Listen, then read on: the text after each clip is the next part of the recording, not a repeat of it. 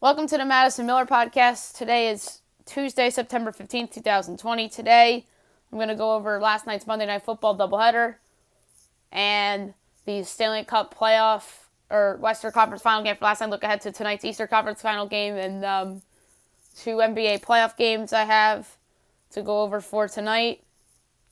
Major League Baseball from last night. Look ahead to the games for tonight. NFL Week 1 overreactions. A baseball team that should have been sold last year is finally sold to the same guy. And my best bet of the day. All right, we'll start in the NFL. We'll start with the Monday Night Football doubleheader between the Steelers and the Giants, and then the Titans and the Broncos. The Steelers defeated the Giants 26-16. The Steelers are 1-0. The Giants are 0-1. Ben Roethlisberger, 21-32, 229 yards and 3 touchdowns. He looked good in his return. Daniel Jones, 26-41, 279 yards, 2 touchdowns, and 2 interceptions. Titans over the Broncos, 16-14. Stephen Gostkowski with the game-winning field goal with 17 seconds left. They're 1-0. Denver's 0-1. Ryan Tannehill, 29-43, 249 yards and 2 touchdowns. Drew Lock, 22-33, 216 yards, and the touchdown pass. I'm looking forward to do my overreaction segment because that is going to be a lot of fun. Now I'm going to go over the hockey from last night, Western Conference Final. Game 5, the Dallas Stars are off to the Stanley Cup Final. A 3-2 overtime win. Dennis Garinov, 3:36 in the overtime, sends the Dallas Stars to the Stanley Cup Final for the first time since 2000, in which they ultimately lost to the New Jersey Devils. So, good for the former first-round pick, Dennis Garinov, who gets the series-winning goal to advance the Cinderella Dallas Stars to the Stanley Cup Final. The number 3 star of the game with the goal and assist was indeed Dennis Garinov. The number 2 star of the game with 34 saves on 36 shots, Antoine Khudobin, who I think is this year's Jordan Binghamton. And the number 1 star of the game with the goal, Jamie Benn. And now tonight, game number 5 between the Islanders and the Lightning on NBCSN. The Lightning can close out this series and join the Stars in the Stanley Cup Final if the Islanders win. Game 6 would be Thursday night. The Lightning, according to FanDuel, minus 175. The Islanders are plus 150 underdogs. You know what? I'm going to be a little different. I'm going to take the big underdog here to win outright, plus 150 to force a game 6. I just don't think the Islanders are going to quit. I think it's going to be a good game. I won't be surprised if Tampa wins, obviously, but I just think that this goes one game more. So give me the Islanders to force a game 6 against the Tampa Bay Lightning. Now I'm going to preview tonight's NBA card. 2 very big game 7s, a game 1 of the Eastern Conference Final, and then you have game 7 between the Nuggets and the Clippers. So it's going to be very interesting to see how this plays out.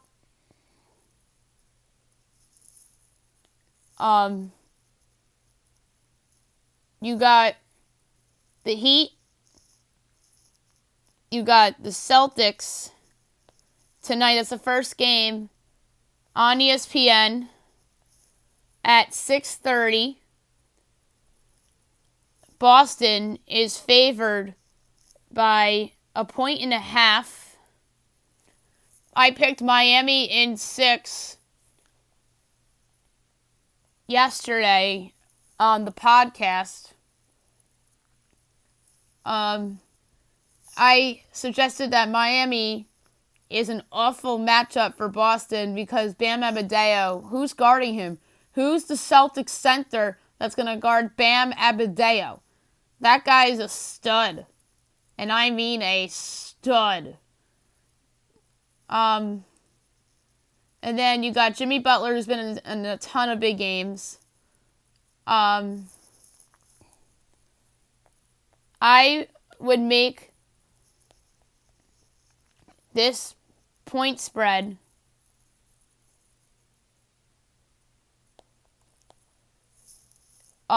actually Boston by a half.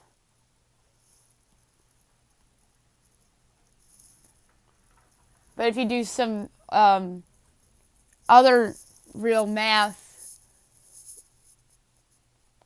my numbers each come out to Boston minus a half. I think Miami wins game 1 and wins the series in 6. Give me the plus 1.5. Plus 106 on the money line. I love the Miami Heat. And then game 7 between the Nuggets and the Clippers. The Clippers are favored by 7.5 over under 207.5. Game 7 unders continue to be a trend through the years, but I'm going to avoid betting it because I just think the number is ridiculously low for a Western Conference Game 7. Although Game 7 between the Jazz and the Nuggets went under. Game 7 between the oh my God, I'm blanking. The Rockets and the Thunder went under as well. So this is the third Game 7, or I'm sorry, the fourth Game 7 of the NBA playoffs. So I really think the NBA playoffs have been wonderful. And then the other Game 7 that went under was Boston and Toronto, but that was an Eastern Conference Game 7. I think Nikola Jokic is a bad matchup for Denver. I'm sorry, for the Clippers. He's somebody that could get a double-double. The Clips' weakness is at center. And I made that point before the series. And in terms of this game, I would make the Clippers 2-point favorites, but I just have to see something very quickly. The status of Will Barton, an important role player for the Denver Nuggets.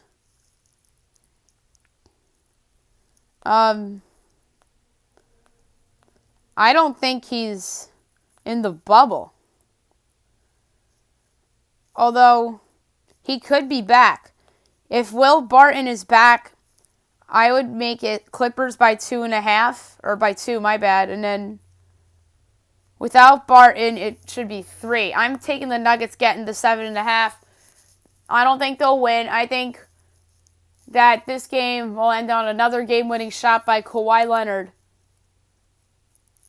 to go to the conference finals to take on the Los Angeles Lakers in the NBA's ultimate dream matchup. So give me the Clippers to win the game, but the Denver Nuggets to cover that point spread. Now I'm going to move on to Major League Baseball from yesterday and look ahead to the games today. We had some interesting results. Reds over the Pirates 3-1 doubleheader game number 1. The Reds are inching closer to that 8 seed in the National League. 22-26, Pittsburgh 14-31. Rafael Iglesias the win, and Sam Howard the loss. Spencer Howard's from Philadelphia. Home runs in this game: Joey Votto, Colin Moran, and the walk-off shot by Tyler Stevenson. Marlins over the Phillies 6-2. This was a COVID makeup game. They're 24-21. Phillies 23-23. Pablo Lopez the win. Vince Velasquez the loss. Home runs: Andrew McCutchen, Miguel Rojas, Sterling Marte, and Scott Kingery. So, Sterling Marte has been a really good addition for this Marlins team. helping them get to the postseason, perhaps. Brewers over the Cardinals 2-1 doubleheader game 1 in 8 innings on a walk-off sac fly by Castanora. They're 21-24. Cardinals 20-21. Freddie Peralta the win, and Ryan Helsley the loss. Mariners over the Athletics 6-5 in game 1 of a doubleheader. Oakland drops to 29-18. Seattle 22-25. Marco Gonzalez the win. Joaquin Soria the loss, and Yoshihisa Hirano the save. Home runs Tom Murphy, Marcus Semien, Luis Torrens.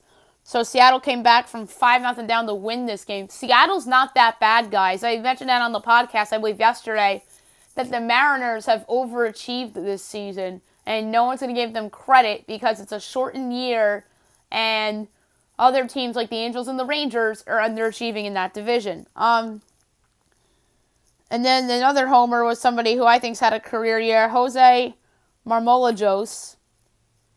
And then Kyle Lewis, who's awesome. Reds over the Pirates 9-4 in Game 2 doubleheader. Reds 23-26, Pittsburgh 14-32. Sal Romano the win, and Nick Turley the loss. Home runs Joey Votto, Josh Bell. Okay, Brian Hayes, he's now on the Pirates, so that is really cool to see. And Mike Moustakas. Orioles over the Braves 14-1. The Orioles are another team that's overachieved this year in the American League, but them getting swept by the Yankees over the weekend made people forget about that. Baltimore is 21-26. Atlanta 28-20. Getting the win, Jorge Lopez. The loss, Tuki Toussaint. Home runs DJ Stewart, Ryan Mountcastle, Jose Iglesias, and Freddie Freeman, and Pat Valaika too. White Sox over the Twins 3-1. The White Sox are 31-16. The best record in the American League. Who saw that coming? I thought they were going to be perhaps a division winner, but I did not think they'd have the best record in the American League. Hats off to the manager, Ricky Renteria, who's absolutely saved his job this year. And Minnesota drops a 30-19. Alex Colomé the win, and Taylor Rogers the loss. No home runs in this game, surprisingly. Athletics over the Mariners 9-0 Game 2 doubleheader. Oakland bounce back win 30-18. Seattle 22-26. Mike Minor the win, and Jimmy Yacobonis the loss. The lone home run, two home runs in this game. Mark Hanna and a new addition, Jake Lamb, who is replacing Matt Chapman, who's out for the season. That, I think, could be the death blow for the Athletics. If they don't make a run this year, it's because they lost their best player in Matt Chapman. That guy is one of the most valuable players in all of baseball. I won't be shocked if Oakland goes into a free fall a la the Yankees when they first lost Aaron Judge. But the Yankees are getting healthier. Aaron Judge might be back this weekend, as well as Giancarlo Stanton. They're getting Urshela and Jonathan Loaizaga back tonight, so that's going to help them. But I think that losing Matt Chapman could very well be the death blow for the Oakland Athletics. They could not afford to lose Matt Chapman. But this is still a good team, though.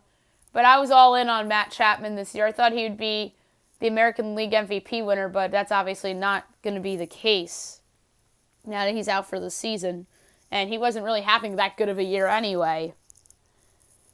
Cardinals over the Brewers 3-2, Game 2 of a doubleheader. The Cardinals 21-21, Milwaukee 21-25. Genesis Cabrera the win.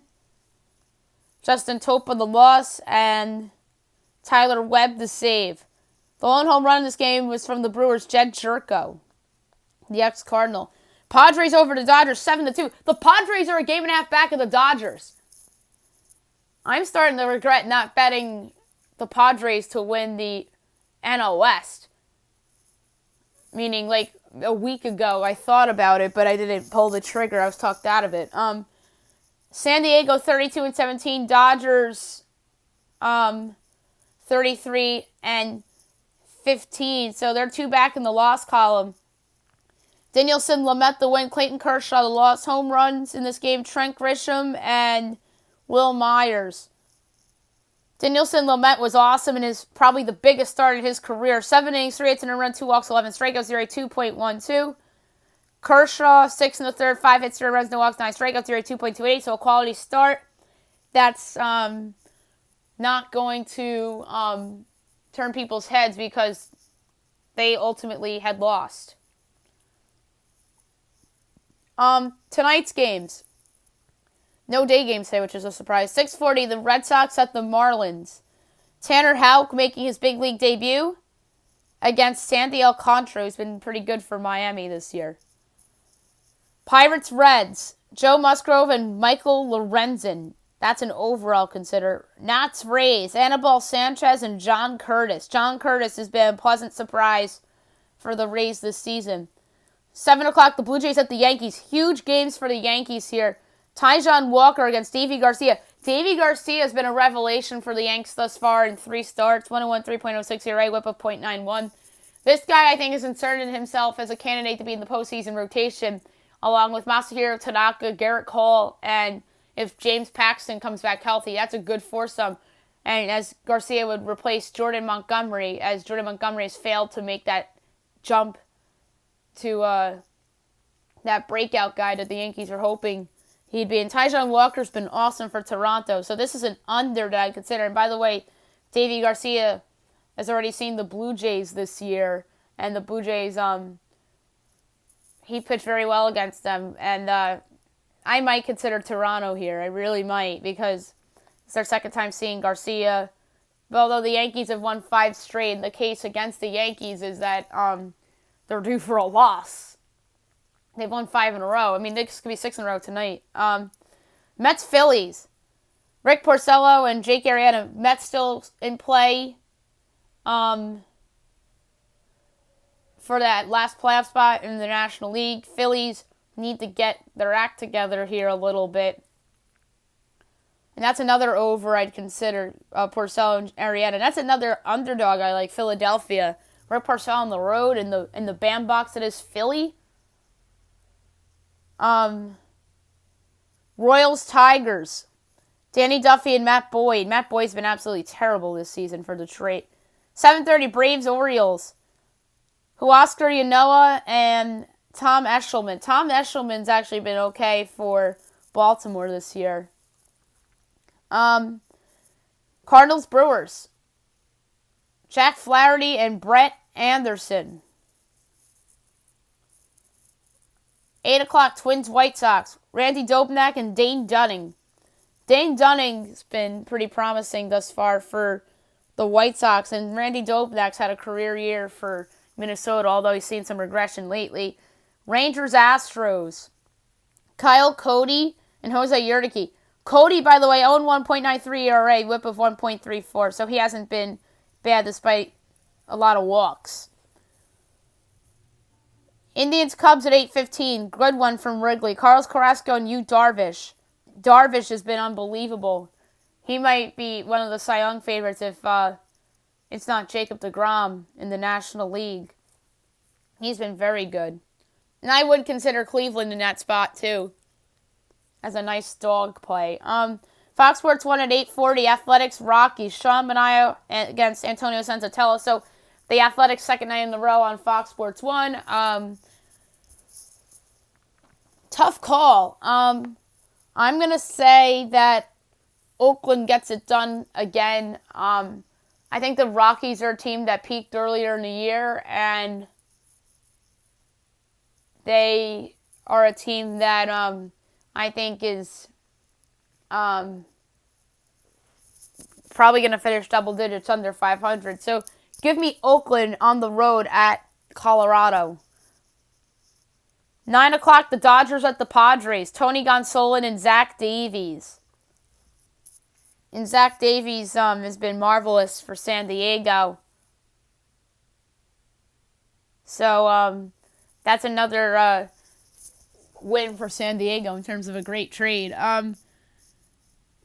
9:40 Fox Sports 1, Diamondbacks Angels. So some areas are going to get Athletics, Rockies. Others will get Arizona and the Angels. Madison Bumgarner and Julio Teheran. Oh my goodness, this might be an overlock. Oh my God. Madison Bumgarner's been so bad this year. So is Julio Teheran. I'm going to pick Bumgarner as an underdog here. Arizona is, if I'm going to guess it, I'm going to say it's plus 130, and Arizona is plus 132, so it's close. So give me the Bumgarner resurgence here a little bit. I think he can shut down that Angels lineup and reminisce a little bit. So give me Bumgarner and the Diamondbacks here to get the upset win over the Angels. And then Giants, Mariners, Tyler Anderson and LJ Newsome. That was an over I picked a couple weeks ago that did me well. Now I'm going to do NFL Overreactions Week 1. I'm going to go in alphabetical order. I'm not going to do power rankings yet. Maybe tomorrow if I have time. So I'm going to look back on this after Week 17 and see how many of these are correct. Arizona Cardinals. The defense is actually good. I think they did a good job stopping that 49ers run game, and the drafting of Isaiah Simmons really has already had its impact. Atlanta Falcons.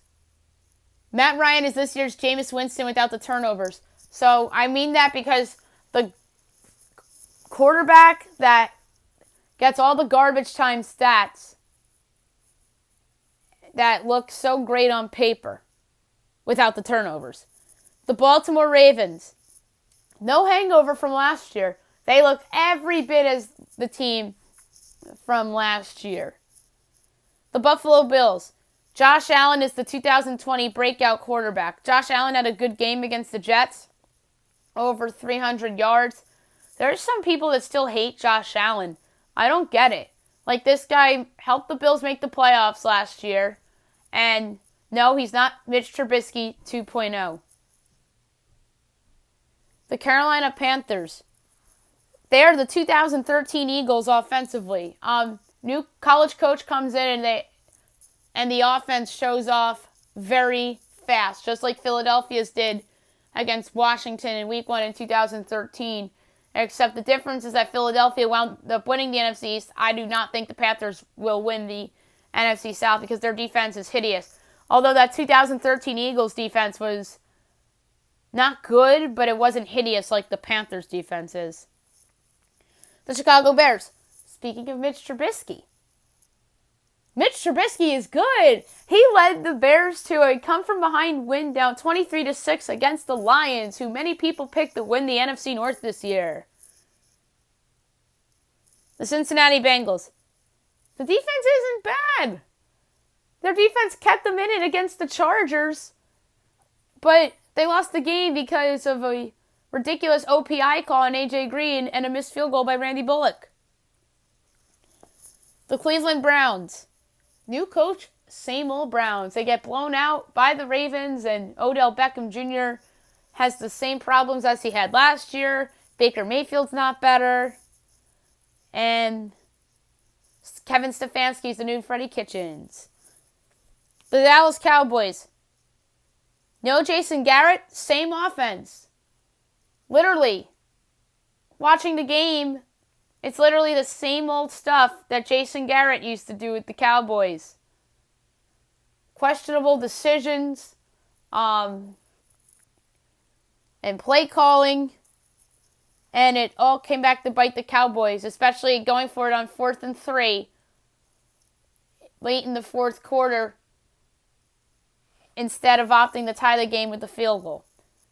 The Denver Broncos. The defense doesn't miss Von Miller. The defense was very good against the team that went to the AFC title game last year, although they lost the game. The Detroit Lions. Matt Patricia's the worst coach in the league. Blew a 23-6 lead against the worst starting quarterback in the NFL, or the NFC, I should say, in Mitch Trubisky. And you can't win the game? You literally gift wrap that game to the Bears, and poor coaching by Patricia, passing on 3rd down instead of running it on 3rd down. And then you get the 1st down and you're closer to game over. Instead, you throw, Bears intercept the ball and have a chance to come from behind and win the game. The Green Bay Packers. Aaron Rodgers is the MVP favorite. He hasn't looked this good since 2012. And he's just shredding that Vikings defense left and right. The Houston Texans. The defense is overrated. J.J. Watt is not the same guy anymore. there's just a lot of holes on this defense. Secondary stinks. They need Garyon Conley back. The Indianapolis Colts, Phillip Rivers is washed. He single-handedly cost them that game with those 2 interceptions, or else I'm still in my survivor pool, and most likely I go 4-1 with my picks instead of 3-2. The Jacksonville Jaguars, Gardner Minshew's good. He helped the Jaguars come from behind and beat a solid Colts team and gave a birdie to all the haters that said that he was on the chopping block and that the Jaguars were going to draft Trevor Lawrence as the number 1 overall pick in 2021. The Kansas City Chiefs, Clyde Edwards-Helaire is the runaway Rookie of the Year favorite. He just dominated against the Texans' defense. Dominated. Best rookie running back since Saquon Barkley 2 years ago. The Las Vegas Raiders. Derek Carr's back to 2016 for him. Throwing the ball all over the place. Josh Jacobs has had a good start to the season. John Gruden's the right coach for this team, and they look like a contender, sans the bad defense. The Los Angeles Chargers. The defense doesn't miss Derwin James, holding Joe Burrow, who dominated college football last year, to 13 points. And although they scored 16, they still win the game. No Derwin James, no problem. Los Angeles Rams. This is the same team as 2-3 years ago. The one that everybody thought this was going to be a dynasty. They reminded everybody about that against the Dallas Cowboys on Sunday night with their big win on Sunday Night Football. The Miami Dolphins. Tua Tagovailoa should be starting. Ryan Fitzmagic, no more. Threw a couple interceptions. The Dolphins looked out of sync. And maybe it's Tua time. The Minnesota Vikings. The defense is the worst in the league, with the losses of Danielle Hunter due to injury. Their whole secondary from last year's gone. The rookies really did not play well whatsoever. And they really, really are so bad defensively. The New England Patriots. Cam Newton is back, folks. Leading the Patriots to a 21-11 win. Put the game away at the end. And he's back and motivating everybody. The New Orleans Saints. Drew Brees has not aged one bit. Drew Brees had a great game against Tom Brady and the Buccaneers. He was outstanding, and he has proved to everybody that he has not aged one bit. The New York Giants. Darius Slayton is your 2020 breakout wide receiver. This is something that I seriously saw coming. And I thought this guy was awesome as a rookie last year, and it just got overlooked. But he really is turning a lot of heads, and he is the Giants' WR1, and I did say that he was their best receiver coming into the season. The New York Jets. The Trevor Lawrence sweepstakes favorite. Yeah. They look so bad. Sam Darnold. Oh, was the Jets wrong about that, and were the Giants right about that? Yeah, the Jets. Maybe drafting Trevor Lawrence come April of 2021. The Philadelphia Eagles. Carson Wentz will never be the 2017 guy that would have won the MVP had he not torn the ACL. Tale of two halves for the Eagles, and he looked good in the first half, and he was so bad in the second half. They were shut out in the second half by the Washington football team. The Pittsburgh Steelers. They're the third best team in the AFC. This is seriously something that I thought was possible before week 1. But hey, it's an overreactions show, and maybe what I thought that was possibly in play is reality here. And the way they dominated on defense, especially the front seven, and holding Saquon Barkley the 6 yards. Wow.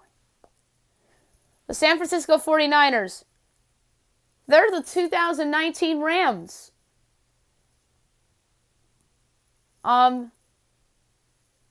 They got off to a good start, and then they faltered. And the Rams had similar games like that last year. The Seattle Seahawks. They're finally letting Russ cook. That's the recipe to their success offensively. Let Russ cook. The Tampa Bay Buccaneers. Tom Brady's washed. He threw 2 interceptions, including a pick 6, and he looked every bit as like Jameis Winston did last year. The Tennessee Titans. Steven Gostkowski is washed up. This is one of the overreactions I think is actually real. He nearly single-handedly cost the Titans the game yesterday. If he actually made a couple kicks, they would have blown out Denver. And last but not least, the Washington football team. This is a playoff team. Chase Young is looking every bit like the player that they thought they were getting. Dwayne Haskins making a year 2 jump. Terry McLaurin's awesome. Antonio Gibson's a good rookie. But hey, in all seriousness, that was a really good win for Washington. And Dwayne Haskins really inspired the team with his halftime speech as the team really turned it around in the second half after being down 17-0 earlier in the game. Ron Rivera had to have an IV at halftime, and then the team got the win for him. So that's a really good story to see that Washington rallied around their coach to win that game. But yeah, my overreaction for this team is that this is a playoff team. But yeah, this is a silly segment I'm going to do the first couple weeks of the season. And look back at week 17 and see what's right and what's wrong. I seriously think some of these are true, but a lot of these I do not think are true. So it's going to be fun to look back at the end of the year. Before I do Best Bet, I want to discuss the New York Mets finally selling the team to Steve Cohen. This was a long time coming. Steve Cohen should have got the team in December, but that fell through. The Sterling parents have signed an agreement with Steve Cohen, pursuant to which Mr. Cohen would purchase the New York Mets. The sale transaction is subject to the approval of the MLB club owners. Needs 23 approvals. I think this will go through because everybody knows that the Wilpons really aren't good owners. And then Cohen says, I'm excited to have reached an agreement with the Wilpon and Katz families to purchase the New York Mets. I thought this was either going to be his or Josh Harris's ultimately, but it winds up being Cohen's. I did not see the A-Rod J-Lo thing coming into fruition. A-Rod's a Yankee. He works for the Yankees organization.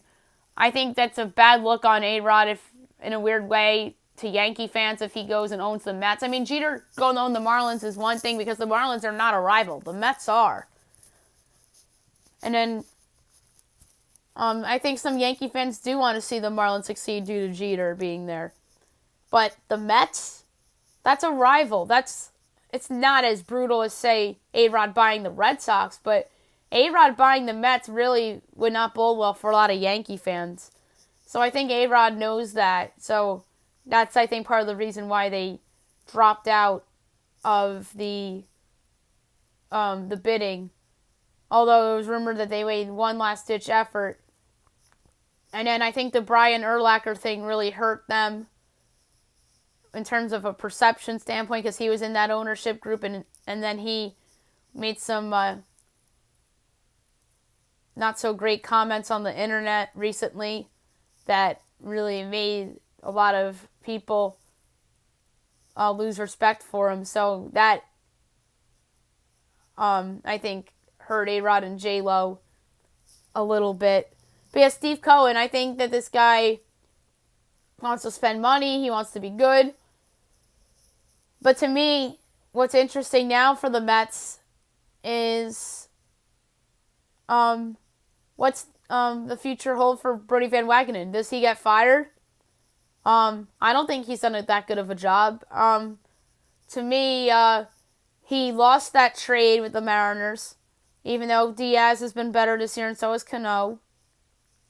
But he still lost that trade with the Mariners. Jarred Kelenic's going to be a star. That's just as bad as maybe even worse than the Cubs Aroldis Chapman trade, because the Cubs won the World Series. And the Mets obviously haven't and probably won't this year with Diaz and Cano. So that's obviously the very worst move that Brodie Van Wagenen's made. Jed Lowry, bad signing. Who hasn't even played a game for him. There's a couple of Sandy Alderson mistakes that he was hindered by, like the Yoenis Cespedes contract. A couple other things. Noah Syndergaard having Tommy John was a big loss for the Mets. A bigger loss than they thought. Marcus Stroman, that was another bad trade. He might not pitch this year due to that injury. So, yeah, I think Brodie Van Wagenen's in trouble. And I think that he could be the fall guy for the season. And then Steve Cohen, obviously, would like to go in another direction there. So, we'll see what Cohen does. Does he keep Brodie Van Wagenen, or does he get rid of him? I think that's a big storyline to keep an eye on for the New York Mets as they head closer to potentially their offseason, because they're still in play for that last playoff spot in the National League. It's between them, the Giants, and the Reds that are in play for that, and I just don't see San Francisco getting it. I think San Francisco stinks. I think it's either going to be the Mets or the Reds. So that's obviously, like I said, something to keep an eye on. And now my best bet of the day, brought to you by FanDuel. Won last night with the Steelers laying 5.5. That was a layup, pretty much. Didn't look great after the first quarter. Giants had the lead in the second quarter throughout, and almost took the lead there in the third. And then that red zone pick happened. So my best bet for the day is going to be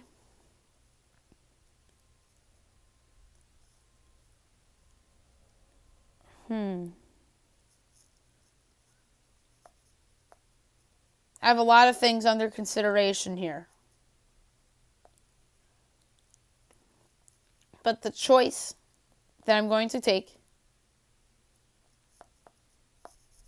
is the over 9.5 in the Mets-Phillies game. There's a little juice on the over at minus 115. So give me the over 9.5 Mets against the Phillies. All due respect to Nuggets plus 7.5, which I'm probably going to make a smaller wager on. Although, like I said, that's not my best bet. I love the over in the Phils Mets game. Rick Porcello gives up a lot of home runs. Jake Arrieta hasn't been that good this year either. Both teams' bullpens stink. This was like an 8-7 Phillies win I want to say it was about a week and a half ago at Citi Field, and where the bullpens were just dreadful. All right, so that's it for the show today. I'll be back tomorrow, maybe with power rankings, as week 2 is going to start on Thursday night.